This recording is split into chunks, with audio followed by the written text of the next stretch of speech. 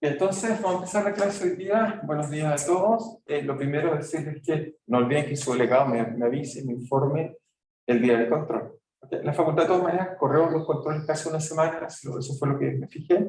Esa es una opción, pero si hay una mejor opción, no hay problema. Para mí me da lo mismo que sea cualquier día de la semana. Dice que cosas, no sé, a veces religioso, no quiere, pero no sé, es complejo, ¿no? Siempre es difícil encontrar una buena solución común, ¿no? Pero eso es lo que hay. Bien, entonces vamos a partir y vamos entonces simplemente lo primero que queríamos discutir hoy ya hicimos un largo repaso en la clase pasada, así que creo que ya no hay repaso que decir. Entonces hoy vamos a partir con algo muy interesante que se llama la ley de Ohm. ¿Okay? Y esta ley, si es que alguien la miró en los videos complementarios, hay un video que se los recomiendo, me gustó mucho, de lo que es la ley de Ohm. Realmente es bastante interesante, digamos. Digamos, ahí está un poco. Entonces, la ley de Ohm, ¿por qué creo que es interesante? Es por la historia que tiene, las consecuencias que tiene, y la historia de la persona que hizo esto, que se llama George Ohm, es bastante motivante. Es alguien que sufrió mucho, digamos, quería entrar a la academia y solo pudo entrar casi a los 60 años. Y se murió a los 63, una historia de reconocimientos difíciles, y sus trabajos que vamos a hablar pasaron 20 años, que fue completamente ignorado, hasta que alguien le reconoció un premio en Inglaterra, en Francia, en Alemania. Empezó, digamos, a tener un poco de fama. Así que es una historia de alguien muy sufrida, pero muy interesante. Entonces, ¿qué fue lo que hizo Ohm? Y de qué lo que vamos a tratar es que simplemente uno estamos viendo son corrientes eléctricas, entonces corrientes. Y Ohm, entonces lo que sabíamos antes de Ohm era que teníamos una noción de corriente eléctrica, que era simplemente cómo varía la carga en un medio con respecto al tiempo. Y teníamos un concepto microscópico, porque I da cuenta de, si quieren, de todo el flujo, o sea, toda la corriente que está atravesando esto, si quieren verlo como un canal, uno tiene un fluido, y la corriente sería todo el fluido de agua que pasa.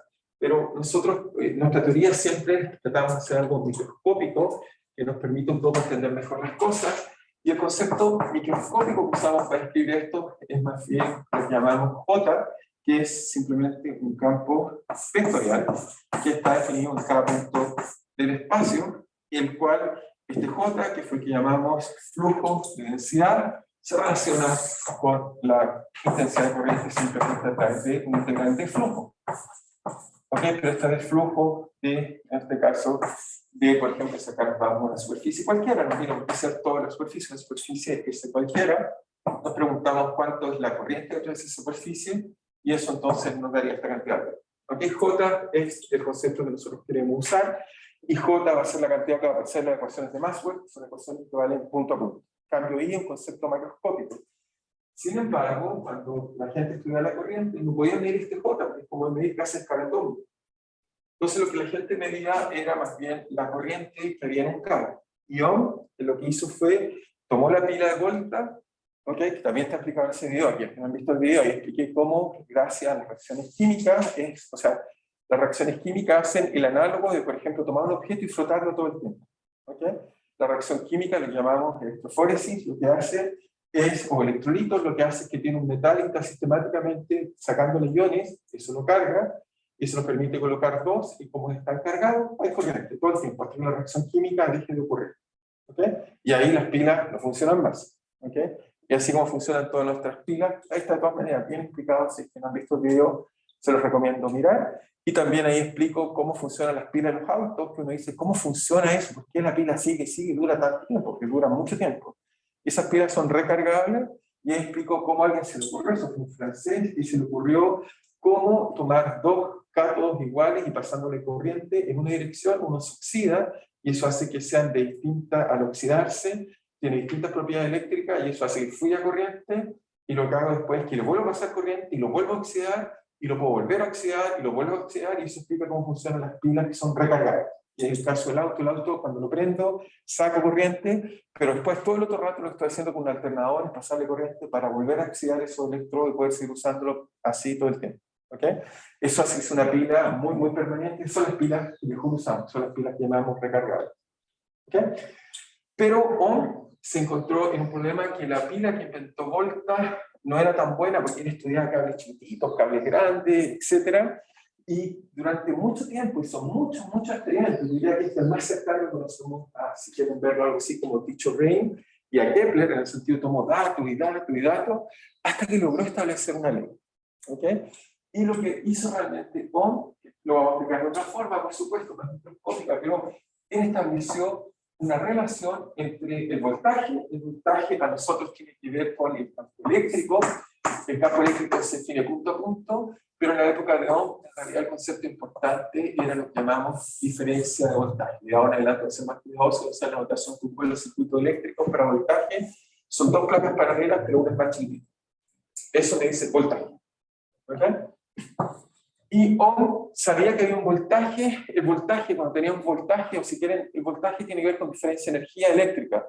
Si algo tiene diferencia de energía eléctrica, la naturaleza lo que le gusta hacer siempre es igualar la energía. ¿Okay? Es como cuando yo coloco un objeto, por ejemplo, a energía potencial, ahí tengo más energía, y por lo tanto si lo suelto, trata de minimizar la energía. Los electrones hacen exactamente lo mismo. ¿Okay? Simplemente diferencia de energía, tratan de minimizarla. Nosotros sabemos que el voltaje se relaciona con el campo eléctrico se relaciona con la fuerza es que estas partículas se mueven, están cargadas, y eso que acabo de decir era obvio, pero en la época de George Ohm esto era completamente no claro. Porque entonces la gente no sabía si la corriente tenía que ver o no con el voltaje, o cuál era la ley que los relacionaba. Ese era el problema. ¿Okay? Y desde un punto de vista físico, si quieren, a la Newton, pues Newton diría, aquí hay algo raro. El voltaje está relacionado al campo eléctrico, el campo eléctrico está relacionado a fuerza. Y está relacionado a movimiento de carga, está relacionado a velocidad. Pero Newton no había encontrado una relación entre la fuerza y la velocidad. Newton encontró una relación entre la fuerza y la aceleración. ¿Ok? Y no entre la fuerza y la velocidad. ¿Están de acuerdo? ¿Sí? Eso fue lo que espero que hayan aprendido, digamos, en el curso de mecánica. ¿Sí? Ohm va a descubrir algo extraño que va a ser que va a encontrar una relación proporcional entre la fuerza y la velocidad, algo completamente contraintuitivo con respecto a lo que encontró Newton. ¿Ok? Por eso hizo muchos resultados, mucho experimento hasta que establece una ley que le servía para todos los aparatitos que estudió, que son cables de distintos largos, espesores, de distintos materiales, que hubo muchos cables, hasta que logró establecer después de muchos años una ley.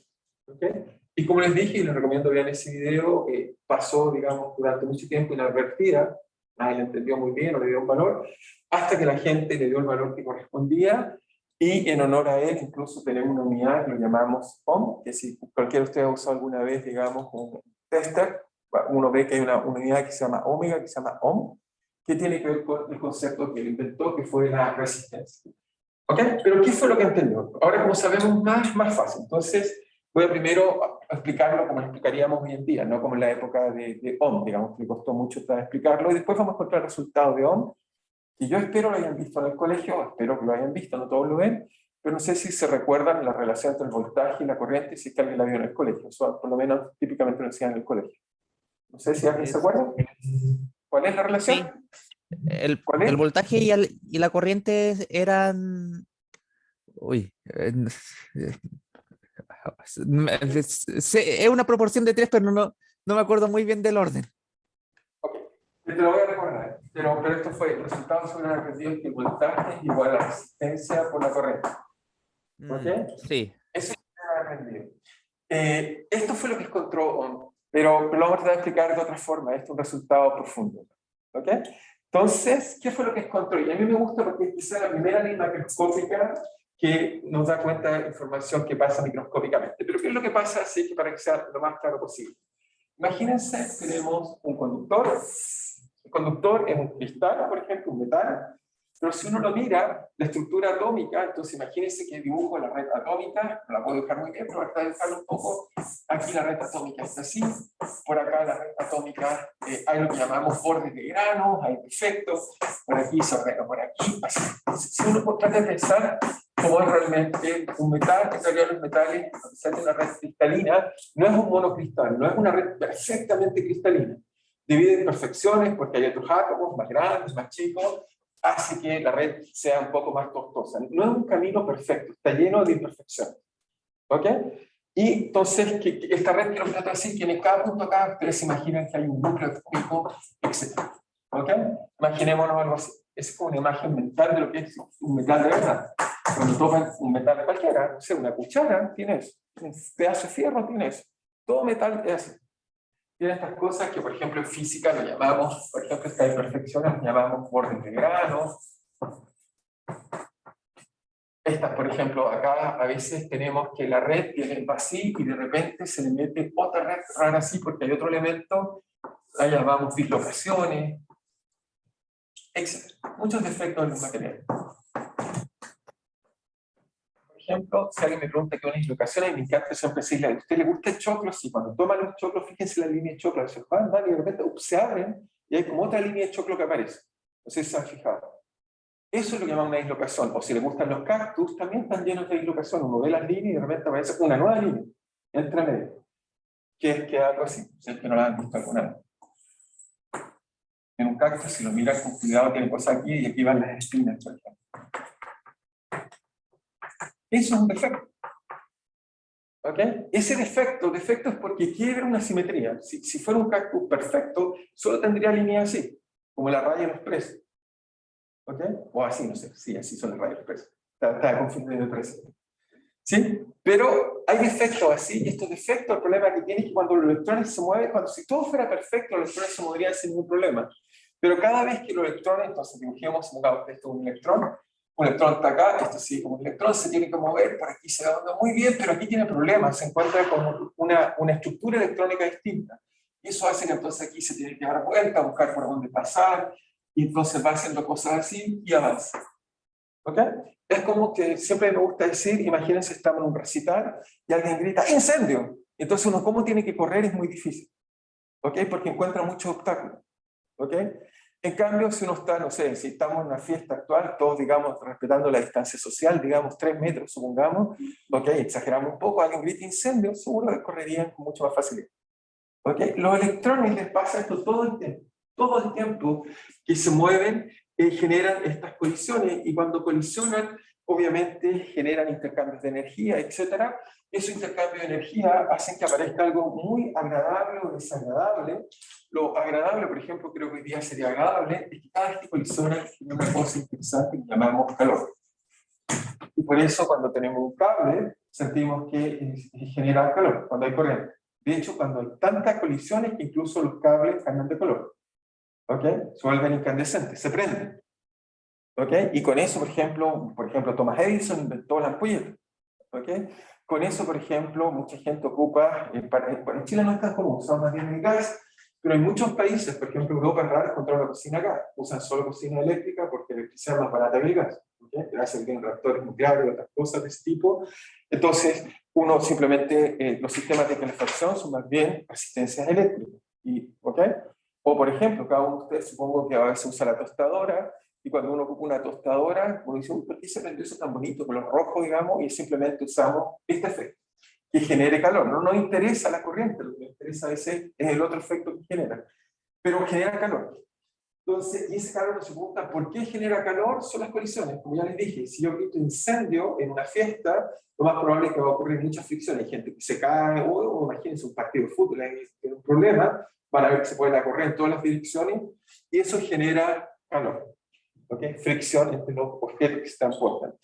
Entonces, eso hace que a pesar que les vamos a aplicar un campo eléctrico o un voltaje, hace que las cargas, en promedio, lo que hace de verdad una carga, por limitar, lo que hace es que viaja, choca, viaja, choca, viaja, choca, viaja, choca, y por lo tanto no se mueve acelerando, sino que se mueve todo el tiempo acelerando y frenando, acelerando y frenando, acelerando y frenando. Y por lo tanto, lo que entendió Ohm es que entonces va a entender que la velocidad de las partículas en realidad no va a tender a acelerar, sino que va a tender a ser una velocidad promedio. Entre que avanza, frena, avanza y frena, avanza y frena. De hecho, todas las personas que manejan o todas las personas que se transportan en transporte público, debido a las dificultades inesperadas de transporte público, yo a pesar que aprieto el acelerador, la cosa no frena. O sea, me encantaría que acelerara desde mi casa hasta la escuela, pero no pasa eso. Todo el tiempo tengo un semáforo, avanza, frena, y después de un rato, si yo pensara como, y yo diría, ok, yo le aplico fuerza, pero el resultado neto que tengo es que me muevo a una velocidad constante. ¿Ok? Y la velocidad constante, bueno, si las autoridades son inteligentes, debería coincidir con la velocidad que definen por la velocidad típica de transporte. ¿Ok? Y entonces uno a veces hace trampa y no trata de moverse a horas más temprano o más tarde para evitar tráfico, para poder moverse a una velocidad mayor. ¿Ok? Que esperamos no viole, digamos, las leyes del tránsito. ¿Ok? Entonces, eso llevó a Ohm a establecer la siguiente ley. Lo que va a decir entonces Ohm es que va a tratar de establecer una relación entre lo que vamos a llamar la velocidad, en este caso el flujo de densidad de carga, porque recuerden, el flujo corriente es la densidad de carga por la velocidad, con el campo eléctrico. Es decir, va a tratar de establecer una relación entre la fuerza y la velocidad.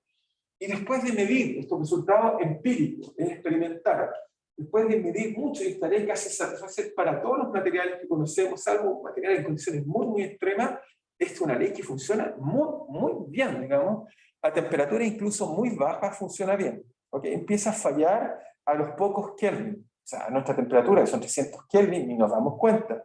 Y si vamos a temperaturas más altas, aún así funciona, es una ley muy, muy interesante.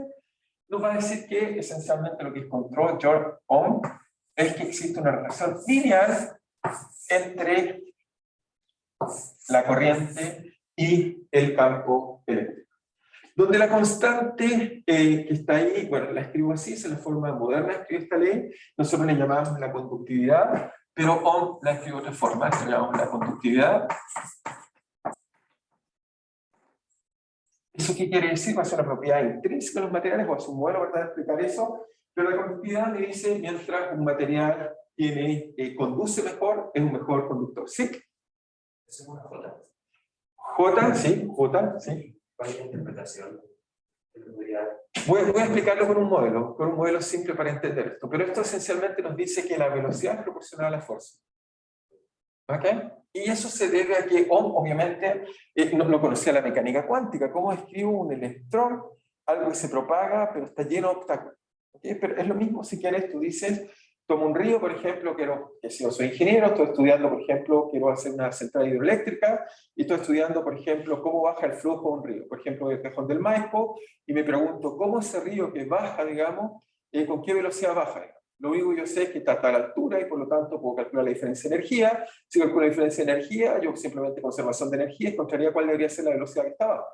Pero si calculo eso me equivoco. En 2 segundos voy a encontrar un resultado falso. La razón de esa es que en el camino el fluido se encuentra con obstáculos. El camino no es recto, está lleno de rocas, cosas así, que hace que cada vez que hay una roca, por ejemplo, el fluido hace turbulencia. Cuando choca con eso empieza a hacer movimientos cada vez más complicados, aparece un montón de burbujas que liberan energía. ¿Ok? Y voy a descubrir que entonces mi conservación de energía no funciona. ¿Ok? A pesar de que le enseñaron mecánica de Joule cuál es la velocidad acá abajo, no va a funcionar. Se van a equivocar. Se van a equivocar. Y si les pagan por construir una central, lo que es saber cuánta energía necesito sacar. Por lo tanto, necesito saber cuál es el flujo. Y lo que van a descubrir es que el flujo, más o menos, después de una cierta distancia pequeña, más o menos se mueve con la misma velocidad.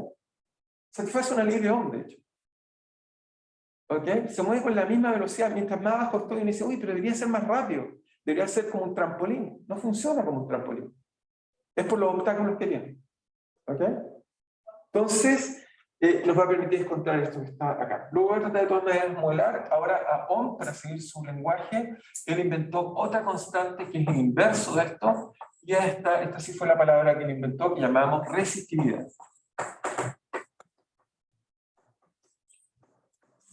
¿Ok? Uno partido por la conductividad es la resistividad. ¿Ok? ¿Estamos claros en casa, por si acaso? ¿Estamos bien? Sí. Muy bien. Entonces, si quieren, para Ohm, realmente deberíamos escribirlo así. Deberíamos decir que el campo eléctrico es igual a eta por J. Así le gustaría escribirlo más bien a Ohm. ¿Ok? Nosotros lo escribimos al revés. Lo escribí como J por G igual a E. Ahora, uno dice, ok, ¿qué es esto? Primero voy a colocar unidades y voy a colocar un modelo. Primero, entonces, la unidad de G o la unidad de eta, para usar y después quizás es muy constante. Eta debería ser algo así como campo eléctrico, ok, partido por J. Esto tiene unidades del campo eléctrico, tiene unidades de volt, tiene unidades de voltaje, no volt, y tiene unidades de metros, voltmetros. La corriente J tiene unidades de amper, corriente, amper, partido por área, que es metro cuadrado.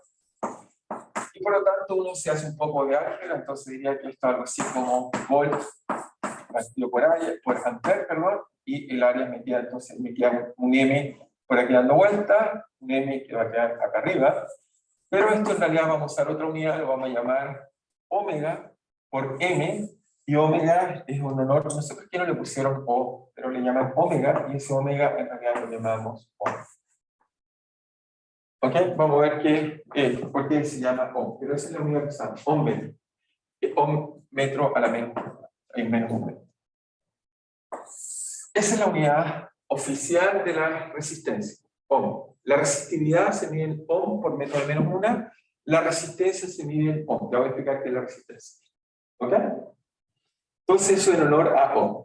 Y traje una pequeña tablita, simplemente para que tengamos una idea, voy a colocar materiales y voy a colocar su resistividad para que tengan por lo menos un orden de magnitud de cuánto vale la resistencia de algún material. Entonces, por ejemplo, aluminio, un muy buen conductor. El aluminio tiene una resistencia de 2 puntos, ¿cuánto? Sí, lo puse mal, ohm a la metro. Sí, está bien, yo me equivoqué, ohm a la metro. Está bien, eso es ohm metro. Entonces tiene unidades de 2.65 por 10 elevado a menos 8. Eso quiere decir que tiene una resistencia chiquitísima. ¿Ok? Si se fijan, de ahora a menos 8, de ahora a menos 6 son millonésimas, esos son 100 millonésimas de ohm metro. Mientras algo tiene resistencia chiquitita, es conductor, o tiene resistencia grande, entonces es un mal conductor, es un aislante.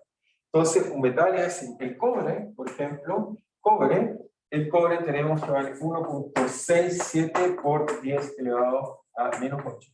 Típicamente los conductores están estudiados de 100 millonésimas de ohm metro. El oro, también es del mismo orden, es 2.35. Es decir, que el cobre es mejor conductor que el oro, a pesar que a la gente le gusta más el oro. No sé por qué, si son mejor conductores el cobre. Por suerte para nosotros. Digo suerte porque para nosotros la riqueza de nuestro país, o por ahora nos ha permitido, digamos, desarrollarlo, es porque es un muy buen conductor. Y para nuestra suerte, gran parte de todos los nuevos autos que vamos a tener, y quizás muchas cosas van a seguir siendo eléctricas, por lo tanto la demanda de cobre va a seguir siendo importante por un tiempo.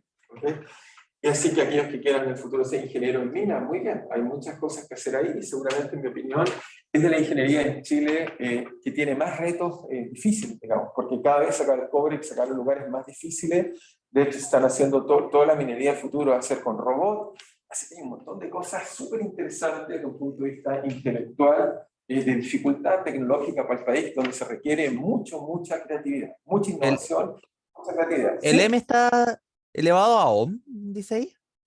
El M está elevado a 1. Ah, ya. ¿Ok? Sí.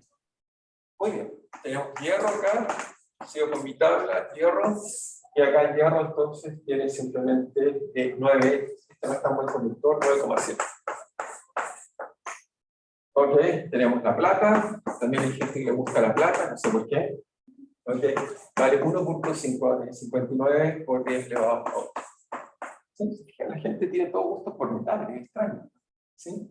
En Chile debería gustarnos más el oro que la plata, pero bueno, son cosas así. Entonces, agua con sal, ese es un conductor, ¿o no? Creo que es porque con la luz del sol simplemente el oro y la plata brillan en sí. Esa es tu explicación. Muy bien, muy bien. Y después lo empezamos a usar como rito y le empezamos a dar un valor adquirido como especie. Sí, muy bien. Esa es la explicación. Efectivamente, era un metal que efectivamente brilla mucho, así que la óptica era importante, y en algún momento se empezó a usar como moneda de intercambio, como trueque. Y por eso tuvo valor, digamos. Pero si hubiéramos tenido otro metal más bonito, por ejemplo, los diamantes, por hablar de algo que no es conductor, si hubiera mucho, usaríamos los diamantes. Pero bueno, fue así la historia, digamos. Y después empezamos a usar la plata, y por eso llamamos plata nuestra plata. Al dinero me refiero. ¿Ok? Bueno, un poco la progresión de la historia. Bueno, el agua con sal, ¿conductor o no conductor? ¿Qué piensas? Conductor por los iones de la sal. Muy bien. Por eso, por ejemplo, cuando usamos agua desionizada, agua sin nada, que no hay que tomarla, eso nos hace pésimo, porque nuestra vida se basa en intercambio de sustancias como sodio, cosas así. Si alguien empieza a tomar agua, digamos, que está destilada, se muere, ¿eh? Se muere rápidamente. ¿Ok? O sea, alguien le diga, oye, es el agua más limpia, no. Y el agua cochina, digamos, o sea, que lo decís llena de iones, es el agua que nos sirve para vivir. ¿Ok? Ojo, ten cuidado, eso es importante. Entonces la mejor agua es el ¿Sí? agua mineral, ¿verdad? La que Bueno, suele el agua, ser de manantiales con iones. sí, pero casi todo el agua que tenemos en el caso de Chile tiene demasiados minerales. ¿Ok? De hecho, no es tan buena porque tiene exceso de minerales. ¿Ok? Eso es un problema que tenemos real en Santiago y en muchas ciudades, porque todas las ciudades que viven cerca de cordilleras, el agua tiene más iones de lo normal. ¿Ok? Lo mejor sería que esa agua se deposite, pierda un poquito los minerales pesados, bajen y disminuya la cantidad de metales pesados. ¿Sí? Así que el agua de Santiago, o sea, tener minerales es necesario, pero tampoco tener muchos tampoco es tan bueno. ¿Ok? Desgraciadamente la vida tiene un equilibrio y hay que encontrar bien. Así que no es tan obvia la respuesta. Agua con sal sí es un conductor, pero fíjense, es un mal conductor comparado a metales, 0,44, y por eso usamos agua para hacer muchas corrientes. Conduce, pero no es tan buen conductor. ¿Ok? ¿El vidrio será conductor o aislante? ¿Qué piensan del vidrio? Aislante. Aislante. Bueno, el vidrio tiene una constante de entre 10 elevado a 10 a 10 elevado a 14. Muy buen aislante. ¿Ok? Así que eso me sirve como aislante. La madera también tiene una resistencia muy grande. Madera tiene 10 elevado a 8 a 10 elevado a 4. ¿Ok? Y el barro, lodo. ¿Por qué pongo el lodo? Porque la cerámica muchas veces lo usamos como materiales aislantes. Este también es grande, es 1,3 por 10 elevado a 8. ¿Ok? Simplemente una lista para saber qué materiales son aislantes conductores. Ok, pero ahora quiero responder la pregunta que nos habíamos hecho antes, ¿cómo entender esta relación J igual E? Así que voy a hacer un pequeño modelo para tratar de explicar eso desde algún punto de vista físico, digamos, cómo entendemos que las cosas sean así. Entonces, lo que hacemos es simplemente un modelo. Entonces necesito algo que cuando se propague, le cueste propagarse. Entonces uno diría, ok, tengo un portador, tiene masa m, voy a dar su posición, si quieren, como x, aceleración igual fuerza, tiene carga Q, un campo eléctrico. Pero eso llevaría a la conclusión que solo acelera. Necesito colocarle algún tipo de obstáculo. ¿Y cómo han modelado hasta ahora los obstáculos? Lo han modelado a través de usar fricción. Cuando algo tiene fricción, por ejemplo, si yo tiro algo, la sola fricción lo detiene. ¿Okay? Si no hubiera fricción, eso iría a seguir corriendo para siempre. La fricción ha sido el concepto que hemos usado para explicar la interacción con otro objeto y eso lo detiene. Tenemos distintos tipos de fricción. Fricción entre sólidos, que lo llamamos esta fricción seca, que es difícil de modelar, y desde un punto de vista físico es muy complejo entenderla, porque tiene que ver con enlaces atómicos. Y también usamos la típica fricción, por ejemplo, que usamos cuando tratamos de entender cómo funciona un paracaídas, y esencialmente debido al flujo que resiste el movimiento, llamamos fricción húmeda, que es simplemente colocar un líquido con un sólido. Si usamos ese tipo de fricción, que es un poco más fácil de tratar, lo que tenemos es una fuerza que es proporcional a lo que llamamos una constante de amortiguamiento, que es simplemente una fuerza que es proporcional a la velocidad, una cierta constante. Esto lo llamamos también fuerza de arrastre Stokes en los fluidos, o también lo llamamos fricción húmeda. ¿Okay? No sé cómo se lo decía, si está todo el nombre distintos que usamos para llamar este tipo de fricción, esto lo llamamos fricción húmeda en el sentido que se le da que hay. ¿Está bien? ¿Estamos claros? Bueno, esta es una ecuación diferencial muy simple de resolver, ¿ok? Porque es una ecuación lineal, homogénea, así que la solución general de una ecuación como esta es muy simple, bueno, divido por el m, para que me quede más fácil, me queda que x, ¿cómo lo resuelvo? Entonces, fíjense, bueno, usamos un truco más para resolverlo más fácil, si hago eso, y lo escribo para la ecuación de primer orden, que es un poco más fácil, me queda p, y ya simplemente x de punto, si escribo esto así, ya que d punto es igual a q partido por m, ¿ok? Por e, menos lambda partido por m por b. Esta es una ecuación muy simple de resolver, homogénea, la cual simplemente la solución es P igual a Q, la solución general, que es la parte de acá, es simplemente lineal, así que tiene que ser la forma P0 exponencial de menos lambda partido por M por T, es una de las soluciones de la parte general. Y ahora le sumo una solución particular. La solución particular que le sumo algo que cancele esto. Para cancelar esto necesito colocar un phi, lo multiplico por M y lo divido por Q. O sea, perdón, tiene lambda acá, así que lo multiplico por M y lo divido por lambda. Y para que me den cuenta acá, lo multiplico. M está bien ahí. Lo multiplico por Q. Ahí sí. ¿Sí? ¿Estamos todos de acuerdo con esa solución? Esa es solución particular, se reemplazo acá, si que sea 0. Esta es la solución de la parte que usaba. Así que me da esta solución que está acá. Bueno, lo primero que aprendo es lo siguiente. Es, de ahí podemos entender qué cosa, que hay un tiempo característico P es la forma M partido por lado. ¿Están de acuerdo que esto tiene que ser por dimensiones inverso a un tiempo? ¿Ok?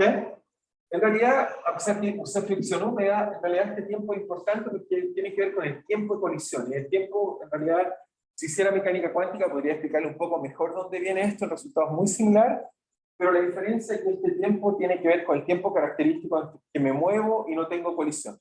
Es el tiempo que me dice cada 3 segundos va a chocar con algo en promedio. ¿Ok? Así que tomamos tiempo de colisión.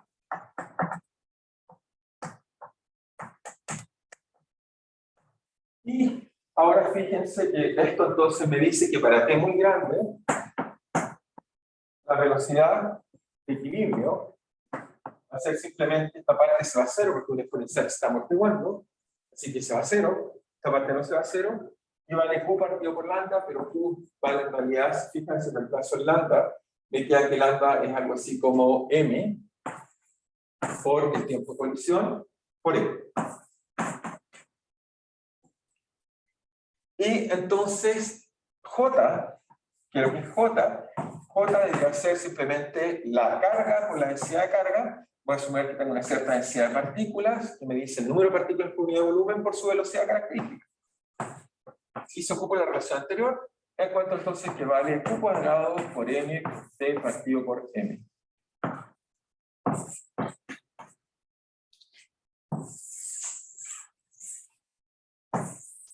Y en cuanto a que la conductividad o la resistencia vale simplemente la masa, en realidad en la mecánica cuántica hablamos de portadores, ¿ok? Esto nos dice, hablamos, perdón, en realidad de la movilidad, nos dice cuán fácil o difícil se mueve el objeto en vez de hablar de inercia, porque aquí es un concepto mecánico, pero para los electrones en realidad lo que pasa es que la interacción que tiene con los otros medios hace que tenga una masa efectiva, ¿ok?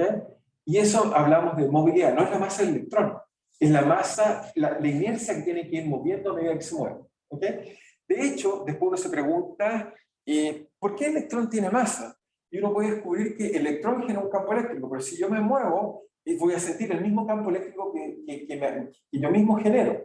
¿Ok? Uno puede calcular eso. Eso resolvió Feynman, y uno muestra que la única diferencia es que para encontrar esa ecuación mecánica es por primera vez que vamos a encontrar que hay una ecuación que tiene tercera derivada, porque depende de sí mismo. ¿Ok? En vez de ser una ecuación tipo Newton, es un poco más distinta, pero uno puede explicar el origen de la masa del electrón. La dificultad que se mueva es el mismo campo eléctrico que él genera, porque se aplica una autofuerza. ¿Ok? Hasta ahora, obviamente, nunca han visto algo así, pero hasta ahora ustedes piensan que es una masa, digamos, genera un campo gravitacional, ese campo gravitacional me afecta, no me afecta, uno diría que no. Einstein nos mostró que esa no era la explicación, sin embargo, para los electrones es correcta la explicación. Los mismos fotones que genera la carga eléctrica le ejercen una dificultad a moverse, y esa dificultad nos permite explicar el origen de la masa del electrón. ¿Ok? Tiene una explicación profunda, ¿sí? ¿Sí? ¿Te escucho? La EDO queda B0 elevado a menos lambda partido en MT más Q por el campo eléctrico partido en... ¿Qué es el último que está justo tapando en la cámara? Al otro lado. Ahí. Acá. Lo que está abajo. Es lambda. Lambda. Sí. Es la solución, fíjate, la solución particular. Ya, ¿y de dónde salió la M después cuando T va al infinito? Ah, ahí la vi. Tiempo de colisión. Claro, porque lo uso como unidad de tiempo de exposición y no lambda. Lambda, cuando lo escribo acá, no sé cuál es el origen de lambda física. ¿Ok? Pero lo que vamos a descubrir en el futuro, cuando, bueno, aquellos que estudian más materiales o hagan cosas más avanzadas de física, lo que uno va a descubrir es que las colisiones son lo importante. O sea, ¿qué induce este tiempo de colisión? Van a ser la interacción con defectos locales, defectos extendidos, las fluctuaciones térmicas. Uno puede asociarle a cada mecanismo que frena un tiempo característico de colisión. Ese es el concepto importante. Y no el amortiguamiento. El concepto importante para los electrones va a ser con qué colisiona y cuál es su tiempo característico. ¿Ok? Y entonces, este resultado, que lo saqué de un modelo trivial, es correcto si incluso usamos la mecánica cuántica, donde lo que tenemos que saber qué es este. ¿Ok? Por eso les hice un poco de trampa, pero les hice trampa de buena fe porque el resultado es correcto. ¿Ok? Pero no les puedo explicar de dónde viene este estado, esa es la única dificultad. Pero apelo a su intuición. El estado puede tener muchas razones, y de hecho cuando le hablé de un fluido es lo mismo. O sea, en realidad la velocidad de cualquier cosa que llegue a un equilibrio con las fuerzas tiene que estar asociada a ese tiempo que está haciendo que esto frene. Entonces después hay que buscar cuáles son los mecanismos físicos que originan ese tiempo de frenaje. ¿Ok? Eso es lo que va a importar. Entonces, encuentro esta relación bonita entre J y E, si lo paso hacia el otro lado, puedes encontrar que la resistencia entonces es inversa a la carga. Mientras más carga tengo, más resistencia tengo, y mientras más portadores tengo también, y mientras mayor sea el tiempo de colisión, mayor es el tiempo digamos, de resistencia, o al revés, la conductividad tiene que ver con la conductividad tiene que ver con este tiempo característico. ¿Ok? ¿Estamos bien? ¿Hasta ahí? Eso simplemente para explicarle que encontré. Finalmente encuentro que J es proporcional a E por una constante. ¿Ok? Y Ohm, obviamente, no hacía modelos cuánticos, no tenía la más mínima idea, ni siquiera qué era lo que estaba. Habían portadores, no los veía, y simplemente va a concluir que aquí hay una constante que fue llamada por ahora, lo llamamos G, la conductividad. ¿Ok? Eso fue lo que encontró empíricamente, haciendo muchos experimentos. Pero en realidad él no encontró esto. ¿Qué fue lo que encontró? Ahora sí le explico lo que él encontró. O sea, cómo encontró lo que él encontró. Entonces, Ohm, obviamente, su estudio fue hecho con metales, conducir, digamos, o hacer conducción en cosas que tienen mala conductividad. Es muy difícil hacer ese experimento, requiere diferencias de voltaje muy altas y corrientes que, bueno, no tenía acceso Ohm, así que obviamente lo hizo con muchos metales, pero lo hizo con todos los metales que pudo conocer y con distintos espesores. Y lo que hizo Ohm, entonces, el experimento de Ohm,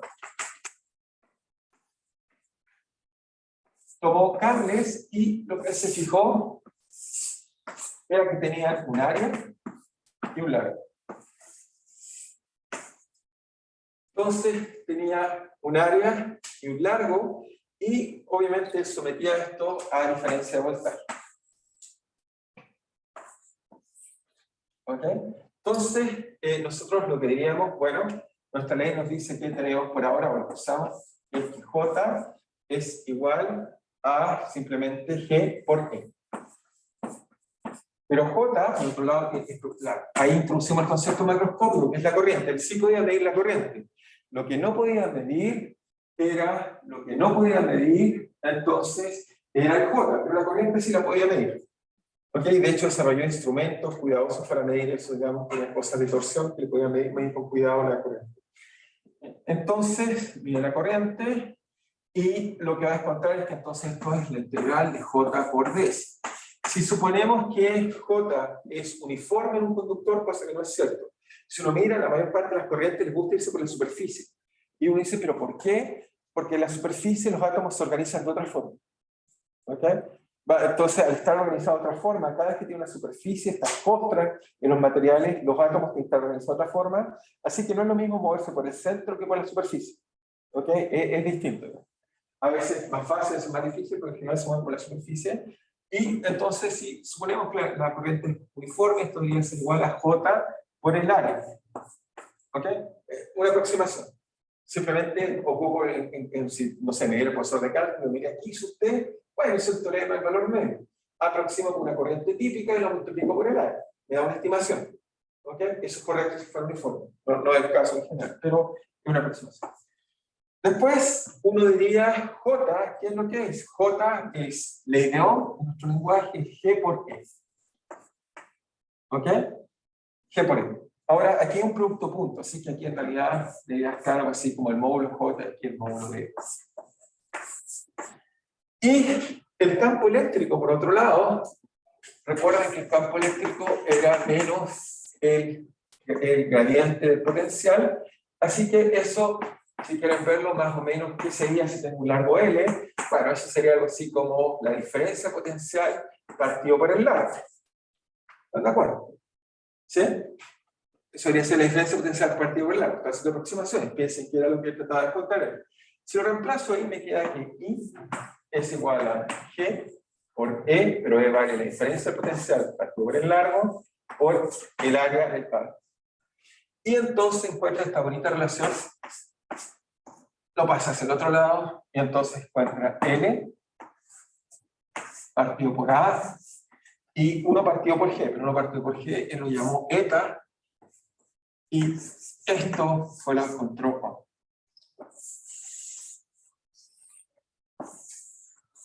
Donde esta constante él la llamó resistencia. ¿Ok? Resistencia.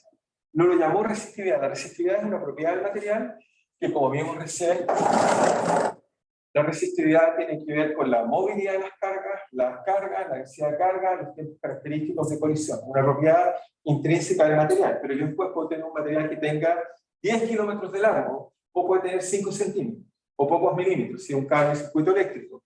Entonces, lo que él va a descubrir es que la intensidad de corriente, o sea, la corriente se relaciona con la diferencia de voltaje, con una constante que se relaciona con la resistividad, pero también tiene que ver con el largo del cable y el área. ¿Ok? Y uno eso lo entiende súper bien, por ejemplo, cuando uno se imagina una tubería de agua.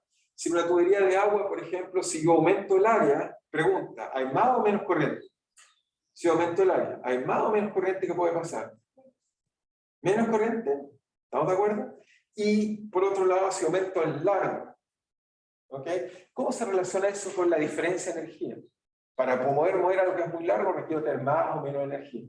¿Ok? Uno puede pensar, en realidad puede ser algo perfectamente con tubos, donde uno puede cambiar la altura, bajar la altura, darle el ancho, el largo, y uno va a encontrar exactamente este mismo tipo de ley. ¿Okay? La diferencia que ahí sería la resistividad del movimiento de las cargas, de las partículas de agua, en este caso son los electrones. Entonces lo que Ohm descubrió, y este es el resultado interesante de lo que descubrió, Ohm descubrió que había una constante proporcionalidad entre el voltaje y la corriente que llamó resistividad, pero descubrió que era proporcional al largo de los cables e inversamente proporcional al área. Eso lo descubrió experimentalmente. O sea, no solo encontró este R, sino descubrió cómo este R depende del largo y el ancho. ¿Ok? Eso fue su resultado después de muchos años de tomar muchos materiales distintos, donde descubrió que había una constante que los diferenciaba, y a esa la llamó resistividad. Y en honor a él, a esta constante le llamamos resistencia, y tiene unidades de Ohm. ¿Por qué? Porque fíjense, la resistividad tenía unidades de Ohm, metro, pero esto tiene metros partido por metro cuadrado, así que aquí me queda un metro acá abajo, por el Ohm metro me queda que esto está en unidades de Ohm. Entonces cuando alguien me pregunta, tengo un cable, y la información que me pregunta, ¿cuál es la resistencia? Bueno, si me dice la resistividad, le calculo, digamos, el largo que tiene mi cable, le veo el ancho, y le digo, esta es la resistencia que tiene esta materia. Tan simple como eso. ¿Sí? Sí. Todo cable es una resistencia. Todas esas resistencias chiquititas que uno compra, digamos, que compra, o todo cable, lo que tiene es eso. Si me dicen cable de cobre, entonces yo voy a mi lista, digo cable de cobre, busco su resistividad, veo el área que tiene y el largo. ¿Ok? Ahora en los circuitos eléctricos lo que hacemos no es así, lo hacemos incluso más sofisticado. No sé si los conocen, pero la resistencia en los circuitos eléctricos son típicamente unos cables de una especie de resina, donde viene con colores. Los colores me dicen cuáles son los ohms que tiene el sistema. ¿Ok? Aquellos que han usado circuito eléctrico saben que eso, pero en principio todo cable tiene una resistencia, y esa resistencia depende de las propiedades geométricas y de una propiedad intrínseca que es la resistividad, que tiene que ver cómo es la estructura misma del material, y tiene que ver con su tiempo de colisión. ¿Ok? Que depende si es cobre, plata, y no solo eso, o sea, de hecho Chile, el cobre que vendemos no es un cobre cualquiera, vendemos un cobre muy refinado. Refinado significa que está muy libre de impurezas para que tenga una resistividad muy bien controlada. Y por eso nos pagan mucho dinero, porque podríamos también sacar cobre y subirlo y que se lo lleven. Pero también lo refinamos. Y lo refinamos porque cobre refinado significa que controla muy bien este T y con eso puedo hacer cables muy bien controlados. ¿Okay? O sea, no solo depende del material, depende cómo es la estructura microscópica del material. Por lo tanto, hacemos todo tipo de procesos para garantizar que la resistencia vale un valor muy preciso. ¿Okay? Y por eso nos pagan mucho dinero. Que no crean, gran parte, una cosa es extraerlo, otra cosa es refinarlo. Refinarlo significa sacarle cosas, sino una vez que le sacamos muchas cosas, además hacemos todo tipo de procesos para dejar un cable o una lámina que tiene unas propiedades muy, muy precisas por las cuales nos pagan muy buen dinero. ¿Ok? O sea, no es solo sacarlo y listo, digamos. Hacemos procesos sobre él también. ¿Ok? Hacemos procesos sobre para que sea... Y entonces un fabricante cuando me compra un cable quiere que su cable tenga una resistencia muy precisa. No sería bueno tener la resistencia en la mitad del cable usual, ¿no? Eso es muy, muy malo. Tiene que ser muy, muy preciso. ¿Ok? Así que en eso hay que tener cuidado como hacer cosas que sean muy precisas. ¿Ok? ¿Es claro en casa también? Por si acaso, ¿alguna pregunta o duda? ¿Estamos bien? ¿Estamos bien? Sí, profe, todo bien. Bien, muchas gracias.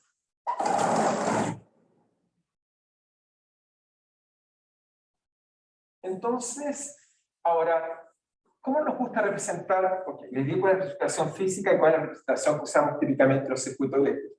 Físicamente, nosotros nos imaginamos un cable así. Ok, ahora podría ser un cable aún más realista, un cable que sea gordito, delgado.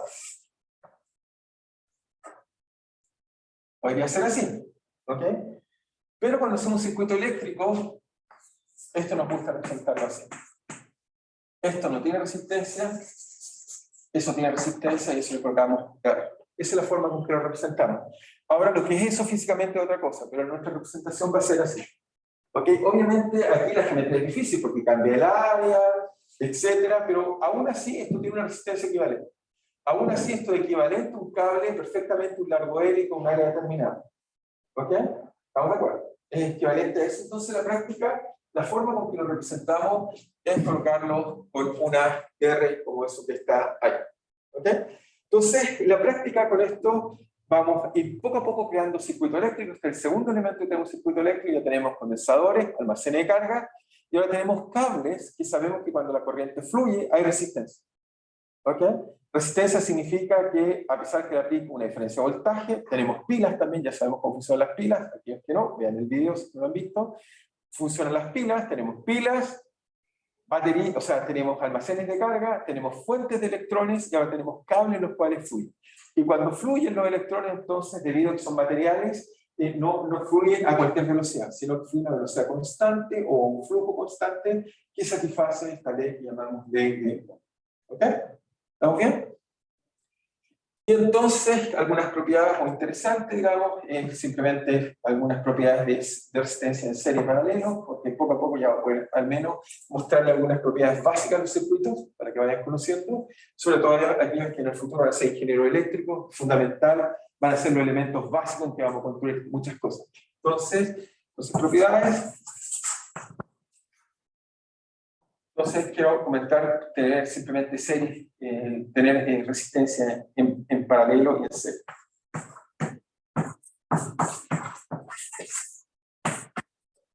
¿Qué quiero decir? Por ejemplo, típicamente se coloca una resistencia, y esa resistencia físicamente, ¿qué significa eso? Imagínense, tengo un cable de cobre aquí y le conecto acá un cable de plata. Y lo que uno quisiera saber si esto es equivalente a algún cable con otra propiedad. ¿Okay? Si esto es equivalente a una nueva resistencia.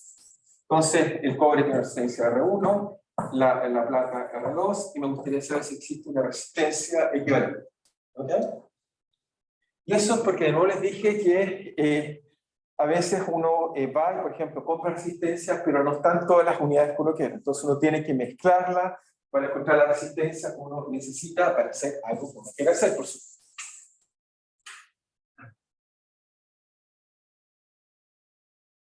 Entonces, ¿cómo hacemos eso? Bueno, fácil. ¿Cómo uno calcula, en este caso, alguna ley que nos dé cuenta de la resistencia?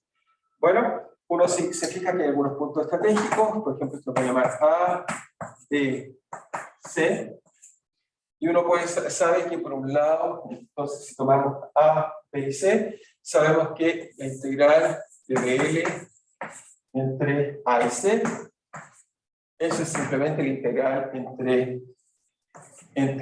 va a ser la integral entre A y B y la integral entre B y C, por lo tanto eso es el voltaje que hay entre A y B más el voltaje que hay entre B y C. ¿Ok? ¿Estamos de acuerdo? Eso es simplemente el voltaje, y eso tiene que ser el voltaje total que hay entre A y C, por supuesto. ¿Sí? El voltaje que hay entre A y B es simplemente, voltaje va a ser que hay entre A y B, va a ser simplemente la resistencia 1 por la corriente. Ahora, la corriente, si es que hay un flujo, ahora podemos pensar físicamente, si hay corriente acá, no hay ninguna razón porque las cargas se empiecen a acumular acá, van a seguir de largo. Simplemente que van a viajar más lento, más rápido, como en un canal, pienso que tengo un canal y de repente pasa otro canal que es más ancho. El flujo, el caudal es el mismo. Se tiene que simplemente expandir el sistema, porque mientras más ancho es, aquí se va a mover más lento, en el lugar más ancho. ¿Ok? Pero tiene que estar pasando el mismo flujo. ¿Ok? Simplemente depende del lugar. Así que la corriente tiene que ser la misma. Es eso lo que estoy tratando de convencerlo. Entonces aquí tenemos R2 por I, y esto tiene que ser la resistencia equivalente por I. ¿Ok? Y por lo tanto concluimos algo que es trivial, pero bueno, seguramente algunos lo aprendieron en el colegio, pero yo, o se lo enseñaron, no sé cómo se lo enseñaron, no sé si alguien se acuerda, o si alguien diga, no, nunca me enseñaron eso, nunca en mi vida escuché lo que era una resistencia, pero lo que deben haber aprendido era que la resistencia de un sistema que coloco dos resistencias en serie, entonces es equivalente simplemente a la suma de resistencias. ¿Ok? ¿Sí? Supongo que eso algunos lo aprendieron, ¿se lo pueden verificar? ¿Sí? Muy bien. ¿Y cómo se lo enseñaron? ¿Se recuerdan? ¿O era una receta? Ah, en métodos lo vieron, pero lo explicaron a través del voltaje. ¿Cómo lo explicaron? ¿Se recuerdan o no se acuerdan? Está bien, solo es porque a veces siempre me gusta saber cómo la gente a veces sin tener muchas herramientas, porque en realidad es una consecuencia de las integrales de camino, ¿no? Entonces, pero como no saben integral de camino, entonces ¿cómo lo contaron? Digamos, eso es la... ¿Sí? Esas son las preguntas. Bueno, quizás se le haya enseñado que si tengo unas cosas, el voltaje se suma, y quizás esa fue la explicación. ¿Ok? Pero bueno, solo hago recordar eso. Y la segunda propiedad interesante es que, imagínense, tomo un cable, así, y le amarro otro cable metálico. ¿Ok? Eso, en un circuito eléctrico, sería algo así.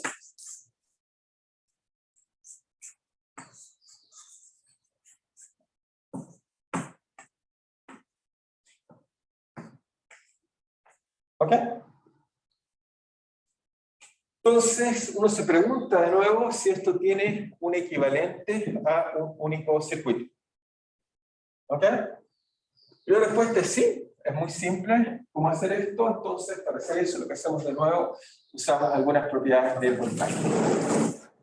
¿Qué propiedades usamos? Usamos simplemente que el rotor del campo eléctrico es cero. ¿Por qué usamos esa propiedad? Bueno, si el rotor del campo eléctrico era cero, fíjense algo. O sea, me gusta siempre tratar de llevarlo a una expresión más profunda. El rotor del campo eléctrico era cero.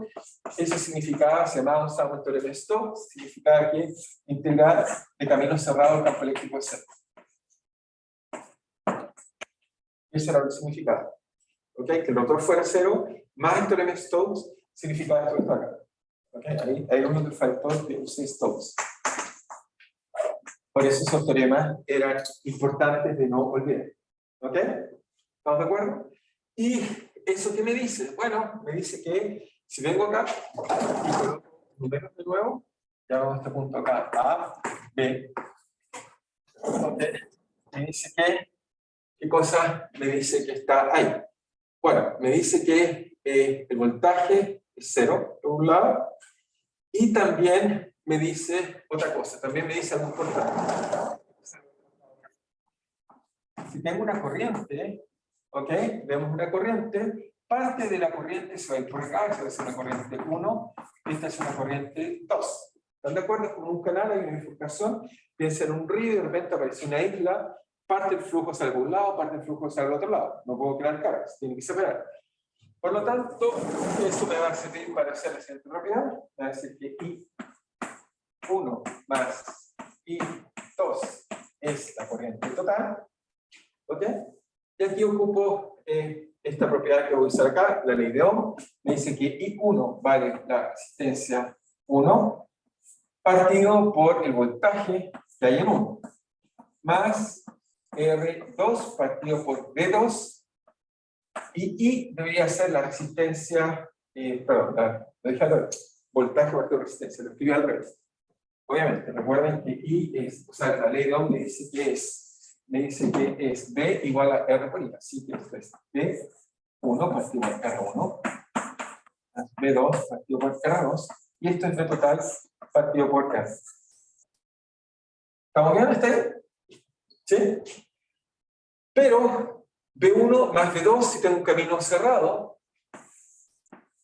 tiene que ser tal que si mido de A a B, para arriba o para abajo, voy a encontrar que el voltaje entre A a B es igual al voltaje de B a A. Tienen que ser iguales. ¿Ok? Solo estoy cambiando los signos. ¿Ok? Tienen que ser iguales. Y por lo tanto, estos dos son iguales y también tienen que ser igual al voltaje equivalente que hay en el sistema de aquí a acá. Es exactamente el mismo voltaje que está acá, de A a B. Y por lo tanto, esto debe ser igual a B. Por lo tanto, vamos a concluir que esto es B partido por R1 más B partido por R2 igual a B partido por R, y ahí encontramos la ley de la resistencia en paralelo, que nos dice que también es la suma de los recíprocos. Es decir, que la resistencia equivalente en un sistema en paralelo es exactamente lo opuesto que descubrimos en las capacitancias. Las capacitancias en paralelo se sumaban, las capacitancias en serie se sumaban a los recíprocos, aquí al revés. Las resistencias en serie se suman, las resistencias en paralelo se suman con los recíprocos. ¿Ok? No sé si se recuerdan de eso, pero eso fue lo que mostré. ¿Estamos bien hasta ahí? ¿Está claro? ¿Sí? Entonces, nos quedan algunos minutos, voy a comentar algunas propiedades, les iba a escribir la última cosa de circuito, pero prefiero explicárselo después. Son la ley de Kirchhoff, que nos dice cuáles son las leyes en general de cualquier circuito eléctrico. Porque aquí son dos leyes triviales que vienen en realidad del motor del campo eléctrico igual a cero, y la otra viene del flujo. Vamos a ver que esas son dos propiedades que podemos entender perfectamente, la ley de Gauss. ¿Okay? Pero entonces voy a hacer quizás algunas observaciones, ahora que tengo tiempo voy a hacer algunas observaciones quizás interesantes. La primera observación que voy a hacer es que, algunas, digamos, generalizaciones de la ley de Ohm.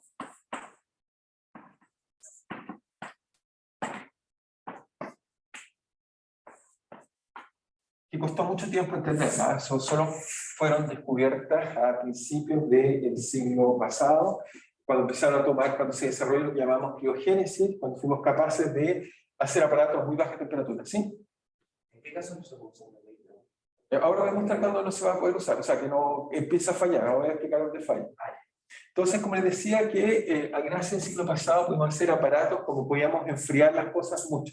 Usando gases, usando todo tipo de técnicas, podíamos enfriar las cosas a temperaturas increíbles, cerca de muy pocos grados Kelvin. ¿Okay? Eso hoy en día es algo corriente, podemos hacer eso sin problema, pero en la época fue difícil hacer eso.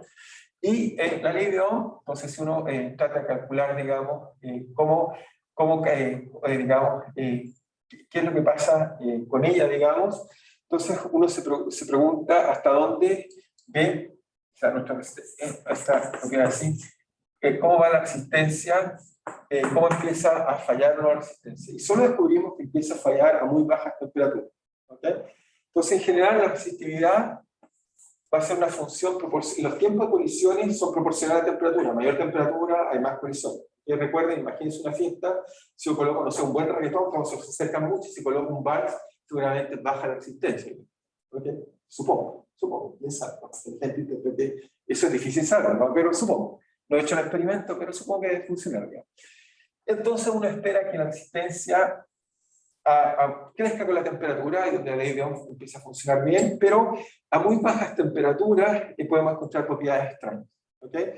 Lo que vemos a muy bajas temperaturas es que está un régimen que esencialmente es de tipo cuántico, donde ya las cosas no se comportan de igual forma. ¿Okay? Y ahí es donde empieza a fallar un poco estas relaciones B igual I, y eso es para los materiales normales, y para muchos materiales ocurre algo que ya les hablé, que esto baja así y de repente se hace cero, que es cuando se transforma en superconductor. En realidad, un superconductor, ¿qué es un superconductor? Son materiales en los cuales la resistencia se hace cero. Significa que los portadores de carga pueden viajar sin resistencia. Viajan sin resistencia. Y dice, pero ¿por qué no colisionan con los defectos que hay en el material si siguen habiendo defectos? La razón que no colisionan es que ahí empieza a funcionar la mecánica cuántica fuertemente, y los portadores ahora son como especies de ondas grandes. Y esta onda, entre ellas, gracias a las vibraciones del material, los electrones se forman lo que llamamos estado ligado, una cosa como se amalgama un estado, que es como una especie de onda colectiva. Y esta onda colectiva sobrepasa los defectos. Cada vez que hay un defecto nos puede pasar sin ningún problema, y entonces, en ese caso, el material no tiene resistencia. Es decir, que si le aplico un campo eléctrico, ahí sí que es proporcional a la aceleración y no a J. Es decir, que no es proporcional a la velocidad. Ahí vemos por primera vez que los materiales, si le aplico un campo eléctrico, esto acelera o se empieza a mover sin ninguna resistencia.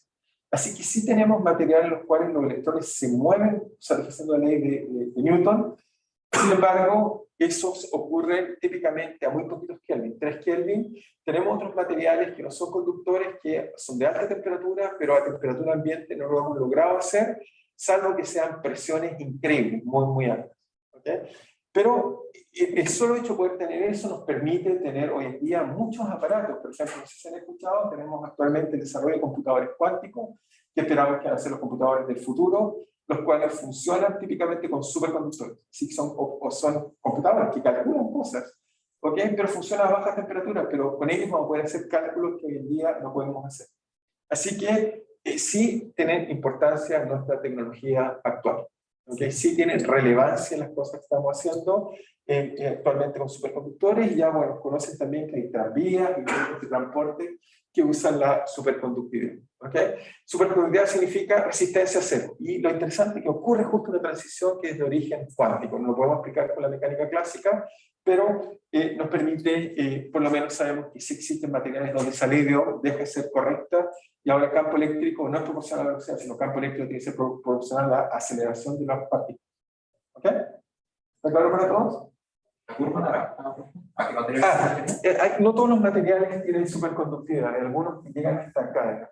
¿Okay? Llegan, o si tienen regiones que no sabemos, porque a temperaturas muy, muy bajas tampoco todavía somos capaces, tenemos límites en la tecnología. ¿Okay? No todos son superconductores. La mayor parte de los metales hacen esto, otros no hacen esto. ¿Okay? Con las temperaturas que podemos llegar. La mecánica cuántica también nos limita. La mecánica cuántica también nos dice que no podemos llegar tanto hasta donde queramos. ¿Okay? Bien, no sé si tienen preguntas. ¿Estamos claros? ¿Casa? ¿Hay preguntas? Ok, entonces no olviden de enviarme la fecha que van a tener para el control. Les recuerdo que la facultad propuso una fecha, no me parece mala fecha, pero si tienen una mejor ustedes, estoy de acuerdo. Y la próxima clase me quedan unos poquitos comentarios de corriente y vamos a empezar magnetismo. ¿Okay? Así que la próxima clase les voy a poder explicar cómo funcionan los imanes. ¿Okay? Y de ahí vamos a hacer esa otra parte del curso que se llama electromagnetismo. Después los vamos a unir y ahí sí vamos también. ¿Okay? Ahí sí espero que ya vamos a estar avanzando. ¿Ok? Bien, nos estamos viendo entonces en la próxima clase, si es que no hay pregunta de casa. ¿Estamos bien? Ok, parece que no tienen preguntas de casa. Muy bien, nos estamos viendo entonces la próxima semana. Cuídense bien. Chao. Y la próxima semana, no olviden, ahí sí que hay ejercicio no voluntario. ¿Ok? Ya. No presentable significa un 1. Ya. ¿Okay? ¿Qué va a entrar en el ejercicio? Sí, toda la materia está hoy día. Toda la materia está hoy día. Significa estudiar. Sí. Muchas gracias. Ok. Nos estamos viendo. Cuídense. Chao. Claro, que esté bien. Chao, cuídense.